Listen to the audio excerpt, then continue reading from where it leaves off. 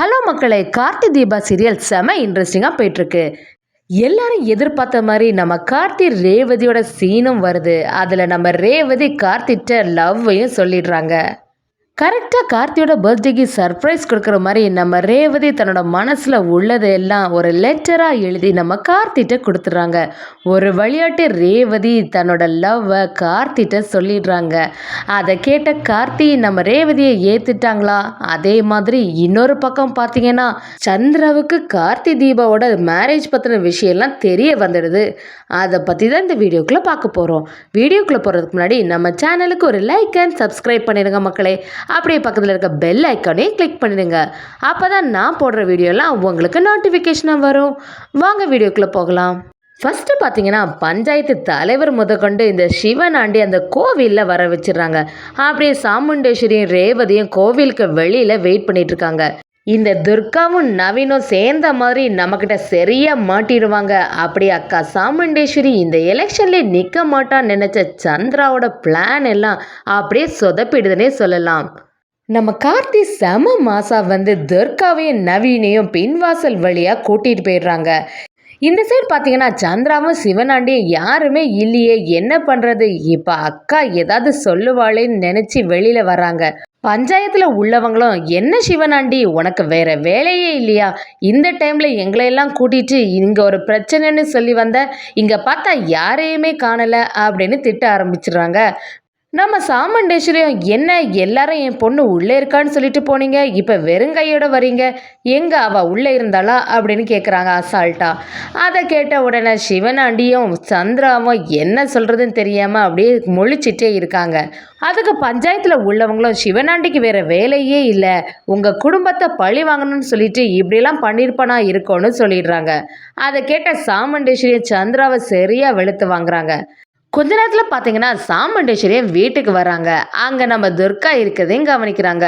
கார்த்தி ஏற்கனவே துர்கா கிட்ட இப்போதைக்கு உங்கள் அம்மா கிட்ட எதை பற்றியுமே சொல்லாத, ரொம்ப அமைதியாயிரு, எந்த பிரச்சனை வந்தாலும் நான் பார்த்துக்கிறேன், உன்னையும் நவீனையும் கூடிய சீக்கிரத்தில் நானே சேர்த்து வைக்கிறேன் அப்படின்னு சொல்லி சமாதானப்படுத்துகிறாங்க.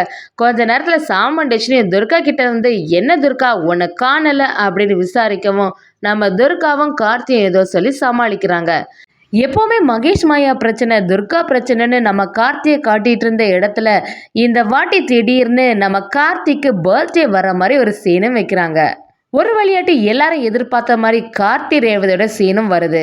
ரேவதி ரொம்பவே ஹாப்பியாக இருக்காங்க. கொஞ்ச நாளில் கார்த்தியோட பர்த்டேயும் வரப்போகுது. நம்ம எப்படியாவது ஏதாவது சர்ப்ரைஸ் பண்ணணும்.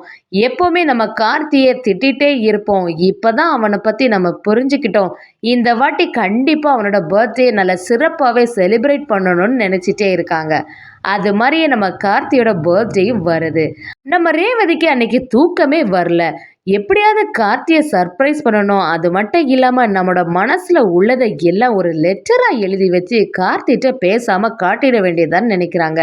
அப்படியே கார்த்தியை நினச்சி லெட்டரை எழுத ஆரம்பிச்சிடுறாங்க. இத்தனை நாளாக உங்களை பற்றி நான் புரிஞ்சிக்கவே இல்லை, எனக்கு உங்களை இப்போ ரொம்ப பிடிக்க ஆரம்பிச்சிட்டு, எனக்காக நிறைய நல்லது பண்ணியிருக்கீங்க, I love you Raja, happy பர்த்டேன்னு சொல்லிட்டு எழுதுறாங்க. அந்த லெட்டரையும் கார்த்தி எழும்புன உடனே பார்க்குற மாதிரி ஒரு லேம்புக்கு அடியில் வச்சிடுறாங்க. நம்ம ரேவதியும் ஒரு வழியாட்டி என் மனசில் உள்ளதை எல்லாம் இந்த லெட்டரில் எழுதி வச்சுட்டேன், காலையில் எழும்புன உடனே எப்படியும் ராஜா இந்த லெட்டரை பார்த்து தெரிஞ்சுப்பாங்க, அப்படி என்னையும் ஏற்றுப்பாங்க மனக்கோட்டையை கட்டிட்டு இருக்காங்க நம்ம ரேவதி தன்னோட ஹஸ்பண்ட் கார்த்திகாண்டி எப்படியாவது அவங்க எழும்புன உடனே சர்ப்ரைஸ் ஆகிடணும்னு சொல்லிட்டு வீடு ஃபுல்லாக பலூன் பேப்பர் அப்படின்னு வச்சு டெக்கரேஷன் பண்ணிட்டு இருக்காங்க. நம்ம கார்த்தி எழும்புன உடனே ரேவதி ஹாப்பி பர்த்டே ராஜா அப்படின்னு சொல்கிறாங்க. அப்படியே நம்ம கார்த்தியை ஹாலுக்கு கொட்டிட்டு போகிறாங்க. நம்ம கார்த்தியும் என்னடா இதெல்லாம் புதுசாக இருக்கே, எனக்கு எதுக்கு இந்த பர்த்டே செலிப்ரேஷன்னு ரேவதிட்ட கேட்குறாங்க. அதுக்கு ரேவதியும் உங்கள் பர்த்டே நான் சிறப்பாக கொண்டாடணும்னு நினச்சிருக்கேன், இதுக்கு மேலே இன்னும் சர்ப்ரைஸ் பண்ணுவேன்னு சொல்லிடுறாங்க. அதை கேட்ட உடனே கார்த்தியும் கொஞ்சம் வெக்கப்படுறாங்கன்னே சொல்லலாம். அடுத்த கொஞ்ச நேரத்தில் வீட்டில் உள்ளவங்க எல்லாரும் சேர்ந்து நம்ம கார்த்திக்கு கேக் கட் பண்ணலான்னு ரெடி ஆகுறாங்க.